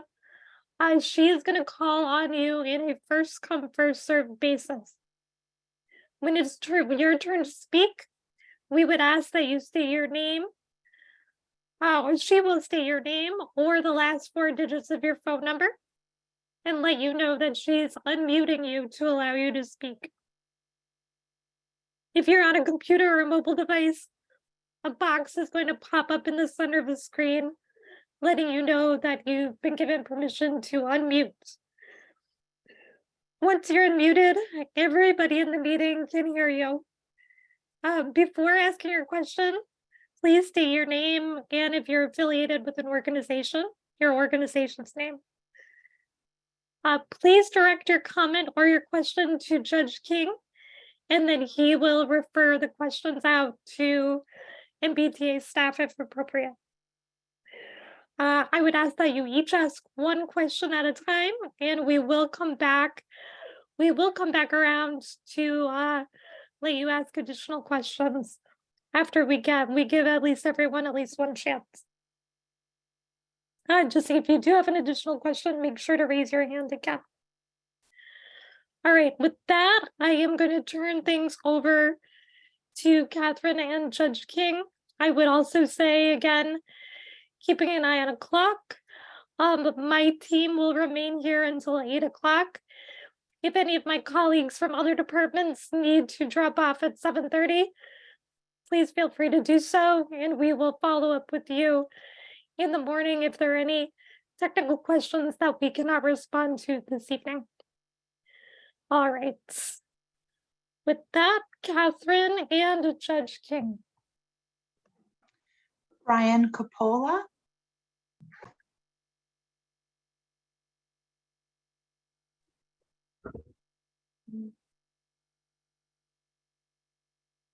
Okay, yeah, this is Brian Coppola.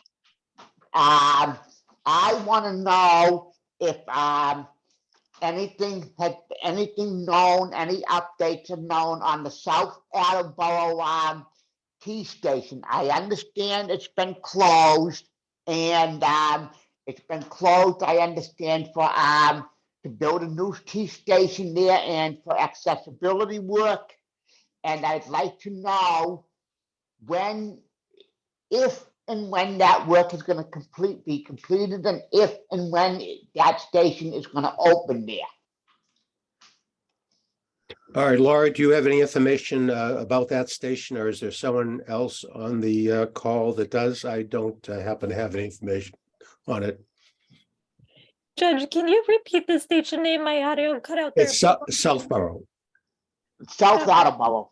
South what? South Attleboro. Yep. South Attleboro. I'm sorry. So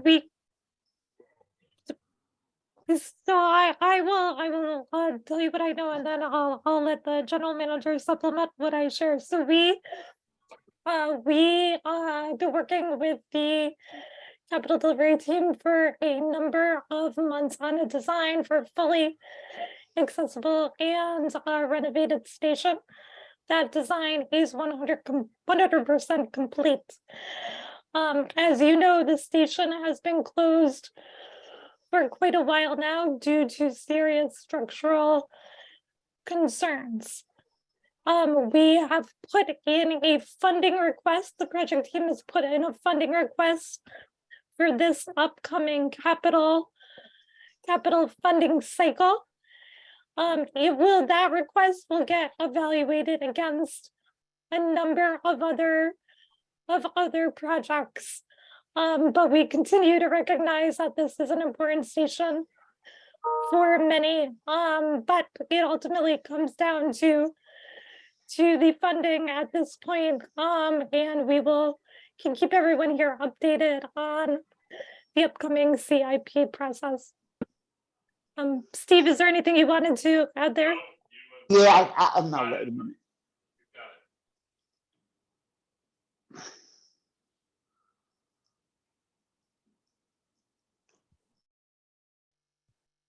Steve, we can't hear you. Oh, no, I'm sorry, I wasn't saying anything. Laura gave a comprehensive answer. That is the status of the project right now. Don Summerfield.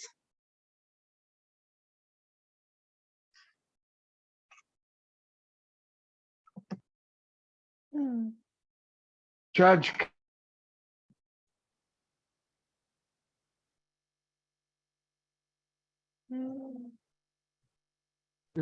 Can you hear me now? Judge Yes, King? we can hear you. Okay. My name is Don Summerfield. I was in my wheelchair this morning at Park Street Station, wanting to board a green line. I won't say which car. I'll just put that in my complaint. And the bridge plate wouldn't deploy. And I spoke to the operator who got out. He said, well, if you come around the track, which I could, he'll deploy the bridge plate on the other side. I said, well, but I'm getting off at Science Park. This won't work. I said, at that time, I was thinking of the fact that the portable ramp would work on a low floor car as well as a high floor car, but he did not deploy that for the low floor car, and I demanded that he use it for the high floor car in the rear, and he neglected to for many minutes. He didn't deploy it at all. He waited for an inspector to show up. That inspector did not deploy it, the portal ramp on the low floor car. He only tried to get the bridge plate to work. Finally, he did. I boarded. But in the meantime, the other operator was calling wherever they call on their radio to see if there was a portable ramp at Science Park. Well, there's always a portable ramp at stations, what I understand. There's also a mini high at Science Park going outbound, so could have gotten off on the mini high. I was late for my appointment, and I find it despicable that the inspector, when I got to Science Park, just used the portable ramp to get me off. Also, there was a mini high. I could have been on the high floor car, but the inspector of Park Street neglected to get me on that car, in which I demanded of the operator of the train and the inspector. I was late, and you can forward it to who you want to forward it to. Do you understand this? I wasn't too eloquent in my delivery. All right, well, thank you for bringing that to our attention, Dom. So you've made a complaint, and SWA will follow up to make sure that it's to the extent there have been any problems that were remedied. All right, thank you. Rich Lavasser.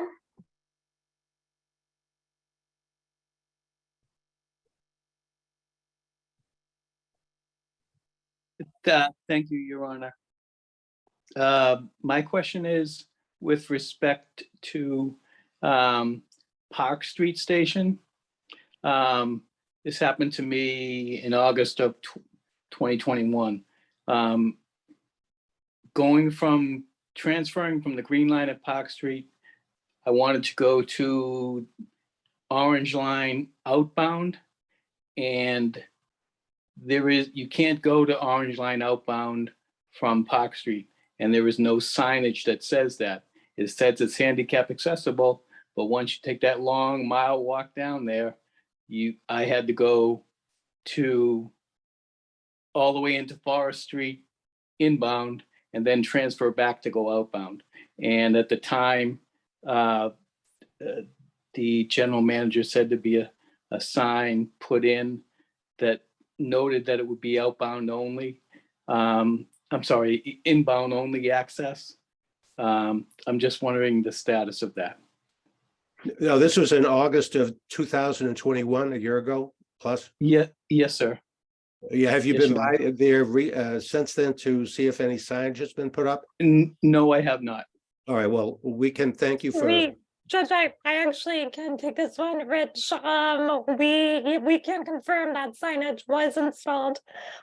The feedback you provided was actually really helpful and a great motivator to add in some supplemental information. There are a few new signs out there leading down that before and after the winter street concourse, as it's called, to sort of help people, make sure people are given that information before they travel all the way down the tunnel. So I just want to thank you for taking the time to make that suggestion. Those signs, no doubt, are benefiting a bunch of people as we speak.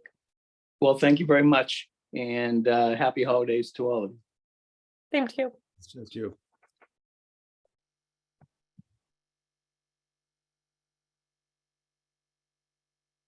Susan Backstrom.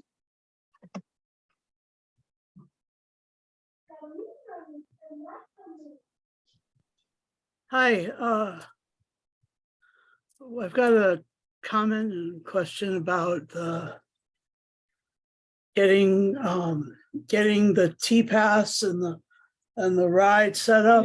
Yeah, no, I got the pass. It's a question of getting the ride. The office seems to be having trouble contacting the doctor's office, and then I can't call the doctor's office every day to, try to speed up the approval, even though they admitted that I was on the program for 6 years before.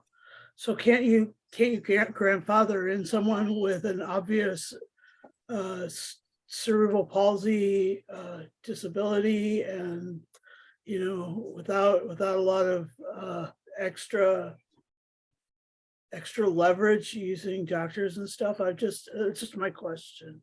Now, your question relates to the ride, is that correct? Yes. Yeah, well, the settlement agreement does not deal with the ride, so we're not going to be in a position to address that. Thanks, sorry. But if you check in with system-wide accessibility, and I'm sure Laura can help you on that. Yeah, Susan, if you want to reach out to us at swa@mbta.com, we will make sure that concerns gets over to our colleagues on the ride. Don Summerfield. My next question or statement is, and I've filed complaints concerning this. Sometimes I don't because of various concerns. When I use buses, sometimes I'm in my wheelchair and I say to the operator when he's about to put his straps on my wheelchair, there's securements above all four wheels. Often in the front, they'll put them on, but in the back, they sometimes don't. They'll put it on the frame of my wheelchair thinking that, well, gee, maybe I'm not going to look, or maybe it'll be a little more difficult for them. One, it's very dangerous to put on my frame. And two, which is one, it can hurt the frame. It can make the paint rust. I find this very abhorrent. And Judge King, you can forward this to the correct people. Well, Dawn, I hope you have submitted your complaint to the T so they can follow up with that driver and take a. Well, you know, I have at various times, but sometimes I don't. This is a general complaint that all operators, if they're directed to put it on my securements, put them on my securements. Don't put me in danger by put them on my frame of my wheelchair or the T in danger. Thank you. Thank you.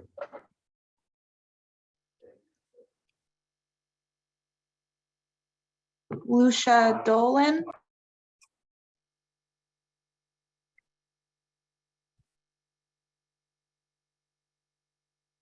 I think I'm unmuted now. Sorry for the delay. I just had a quick question. Does the settlement apply to the commuter rail? Like in specifically the Newton commuter rail system is what we're thinking of, or I'm thinking of. Well, the original settlement agreement does not apply to the commuter rail, but the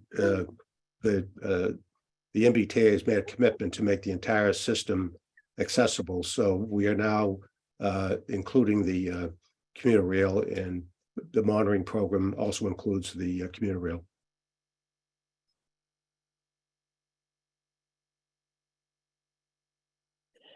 Lucia, can we unmute Lucia again?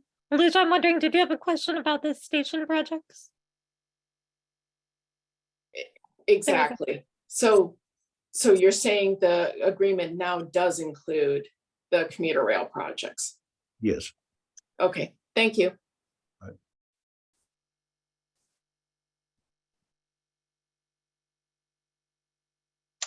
There are no further hands raised. Would you like me to read some of the questions from the chat? Yes, please do so. Okay, so I believe the first question is the MBTA succeeding in incentivizing shuttle service providers to use more accessible buses, either transit buses or more accessible coach buses? That was from Abby Swain. So, Judge, I can take this one. Yeah, and this is a really great question because this is something that we've been thinking about a lot and working on a lot here at the T. And Abby, I saw the article you put in the chat, which was really kind of reassuring that we're not alone in these challenges. But essentially, as Glenda mentioned briefly, that for some of the diversions, we need so many additional buses. To provide that support, we must go outside to third-party contractors. And really the only groups that have spare buses are over-the-coach providers like Peter Pan, our Yankee and Academy, and a few other small vendors. Because the over-the-road coach buses are very high floor with lifts in the back. They're just not nearly as a user-friendly experience in terms of accessibility as our ramp-equipped buses. With that in mind, in the contracts we have with these third-party vendors, there is specific language that essentially says when basically job opportunities come up for MBTA diversions, all of the vendors that are on hand are able to bid on the jobs. And one of the factors that gets weighed as to who will get awarded the bid often is who can provide the most accessible buses. So I can say anecdotally that this has been a motivator for a number of the local providers. It's a very competitive local industry, and one of the larger players actually recently purchased 5 new low-floor New Flyer buses. And they were pretty clear was that they felt like that would make them more competitive for MBTA jobs. So we are optimistic that that will continue to make a bit of a difference, but we're also looking for other opportunities to to incentivize low floor transit style buses or otherwise improve the over the road bus experience. Okay, the next question was asked by two people, Nora Nagel and Abby Swain. Where can we find a breakdown of the tier 1, 2, and 3 stops? Thinking about the totally unstaffed World Trade Center stop. Laura, can you respond to that? Yeah, let me just say that I'm going to ask Rob to fill in any blanks. As Rob and Omi mentioned, we shared this breakdown with the plaintiffs group, Judge King, and the RTAG Executive Board. To date, we have not shared this information publicly. That is an active discussion about whether or not that is the right thing to do. There's a lot of obvious customer experience and accessibility benefits to sharing that information, letting people know when they should expect to have somebody on hands. But on the flip side, there are concerns that may introduce some safety concerns if we are essentially letting people know where there will not be staff. So as of right now, that information is not widely publicly available, but again, has been shared with our official advisory groups. But I know there were some specific questions about how the tiers were set up. And for that, I'll ask Rob to cover that. Sure. So just to add to some of the details I provided in my presentation. So in addition to ridership platform gaps, the existence of elevated cleanliness issues, some of the additional categories that we factor into our decision making around priority levels include requests from operations. So whether if there are locations where there's additional requests for assistance that they're aware of, they will make recommendations or request for a staffing at a location. Anytime there is an elevator at a station where if it were to be out of service, so in other words, if there's no redundant elevator at a station, and that requires a replacement shuttle bus to shuttle customers to alternative locations with elevator service, that would factor into our decision making as well. Also, if there is a major busway at a station, or if it's a rail terminus. So those are all of the categories that we look at. And there are also some categories that we consider as those that warrant the station being lower priority. So stations where redundant elevators are available, low ridership, or if the entrance happens to be a secondary entrance, an entrance that isn't used as much. I guess, the Forest Hills Southwest Corridor entrance would just be an example. That in those cases, as long as there aren't other factors that necessitate staffing, that would fall. In that case, we would classify that station or location rather as low priority. It's really a given if it's a station with high ridership, any location at that station is likely going to be considered tier 1. If it's a location that is tier 2, if it's a location with medium or low ridership, but again, there are other factors such as platform gaps, elevated cleanliness issues, or some of those other factors I already noted, we would classify that as tier 1, as one that's higher priority. Now, I think it was Nora was asking about World Trade Center. Right now, that is considered a tier 3 location, so a lower priority station location. Now, it's important to keep in mind though that these things can change. So over time, if we find that there is a need to change the priority level for a location, we will definitely do that. This is not a static system that we have in place. So any feedback you all have would definitely be considered. Thank you, Rob. Okay, next question is from Karen Cobb. I believe this is in reference to the monitoring program. Does this survey also include third-party vendors like the Yankee shuttle buses? The answer to that is yes, it does.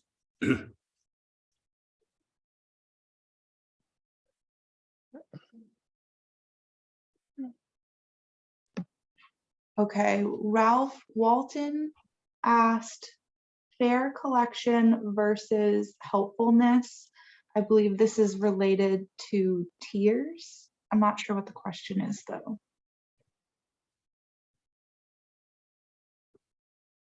All right, well, if you can't follow the question, why don't you go on to another question? I think that's it as far as questions that were not answered by presentations or additional comments in the chat. Okay.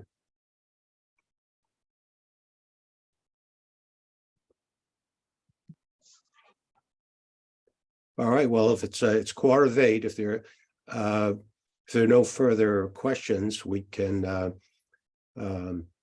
close for the evening, and I'll see you all next June, if not in between, and I wish you all a happy and healthy holiday. Is there anything further from anybody? No, Thank you, Judge. Judge, for a great year. Thank you. Thank you all. All Have right, a great night, everybody. good night.